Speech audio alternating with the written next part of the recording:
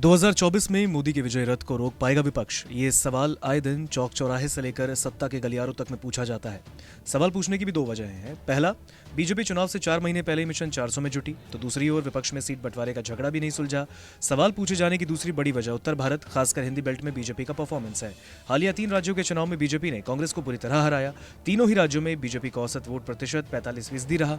इसके मुकाबले कांग्रेस को सिर्फ 40% वोट मिले।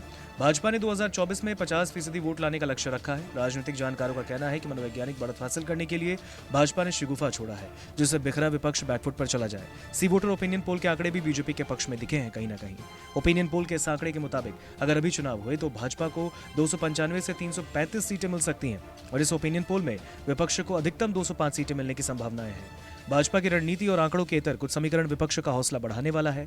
विपक्ष अगर इन समीकरण को साधने में कामयाब होता है तो वो भाजपा के विजय रथ को रोक सकती है। एनडीए में बीजेपी समेत 38 दल हैं, जिसके पास वर्तमान में लोकसभा की 332 सीटें हैं। यह कुल लोकसभा सीटों का 60% है। 28 दलों वाले विपक्षों के पास 141 सीटें हैं। राज्य सरकार की बात की जाए तो विपक्षों की 10 राज्यों में सरकार है, जबकि 15 से ज्यादा राज्यों में एनडीए की सरकार। लोकसभा की सबसे ज्यादा सीटें यूपी यानी 80, महाराष्ट्र में 48, पश्चिम बंगाल में 42, बिहार में 40 और तमिलनाडु में 39 है। इन टॉप 5 राज्यों में से 3 राज्यों में इंडिया गठबंधन की तो 2 राज्यों में एनडीए की सरकार है। सी वोटर के मुताबिक असम, बिहार, छत्तीसगढ़, झारखंड, पूर्वोत्तर, उड़ीसा और पश्चिम बंगाल की 153 सीटों पर अन्य पार्टियां काफी महत्वपूर्ण हैं। ओपिनियन पोल के मुताबिक यहाँ एनडीए को 42% वोट मिल सकता है, जैसे वो 80 से 90 सीटें आसानी से जीत सकती है। इंडिया गठबंधन को 38% वोट मिलने का अनुमान है। इंडिया गठबंधन को इन राज्यों में 50 से 60 सीटें मिलने की बात कही गई। अन्य पार्टियों के खाते में 20% वोट और 10 से 20 सीटें जाने की संभावनाएं जताई गई। राजनीतिक जानकारों का कहना है कि इंडिया गठबंधन अगर इन राज्यों में अपना समीकरण दुरुस्त कर ले और छोटी पार्टियों का वोट 4 से 5% तक शिफ्ट करा लेता है तो यहाँ सीटों का हिसाब किताब उलट सकता है। बंगाल, बिहार, झारखंड में इंडिया गठबंधन ने छोटे छोटे दलों को जोड़ने का काम जरूर किया, लेकिन असम और ओडिशा में अभी भी छोटे दलों से समझौते पर बात नहीं बनी। सी वोटर के मुताबिक भारत के उत्तर भाग में स्थित दिल्ली, हरियाणा, यूपी, पंजाब, उत्तराखंड, कश्मीर, एमपी, राजस्थान और हिमाचल में लोकसभा की कुल 180 सीटें हैं।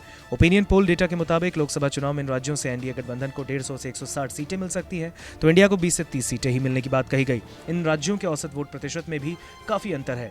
एनडीए को इन राज्यों में 50% तो इंडिया को 36% वोट मिलने की संभावनाएं हैं। दिलचस्प बात है कि उत्तर भाग के अधिकांश राज्यों में एनडीए की बीजेपी का सीधा मुकाबला इंडिया की कांग्रेस से है। इनमें एमपी, हरियाणा, राजस्थान, उत्तराखंड, हिमाचल प्रमुख है। इन राज्यों में पिछले चुनाव में कांग्रेस को सिर्फ 1 सीट मिली। कांग्रेस अगर इस बार यहां अच्छा प्रदर्शन करती है तो 2024 का खेल पलट सकता है। नमस्कार, मैं हूं मानक गुप्ता। अगर आपको हमारा ये वीडियो पसंद आया हो तो इसे लाइक और शेयर जरूर करें, और हां, हमें सब्सक्राइब और फॉलो करना ना भूलें ताकि आप देश और दुनिया की कोई खबर मिस ना करें। तो जुड़े रहिए हमारे साथ और देखते रहिए न्यूज़ 24।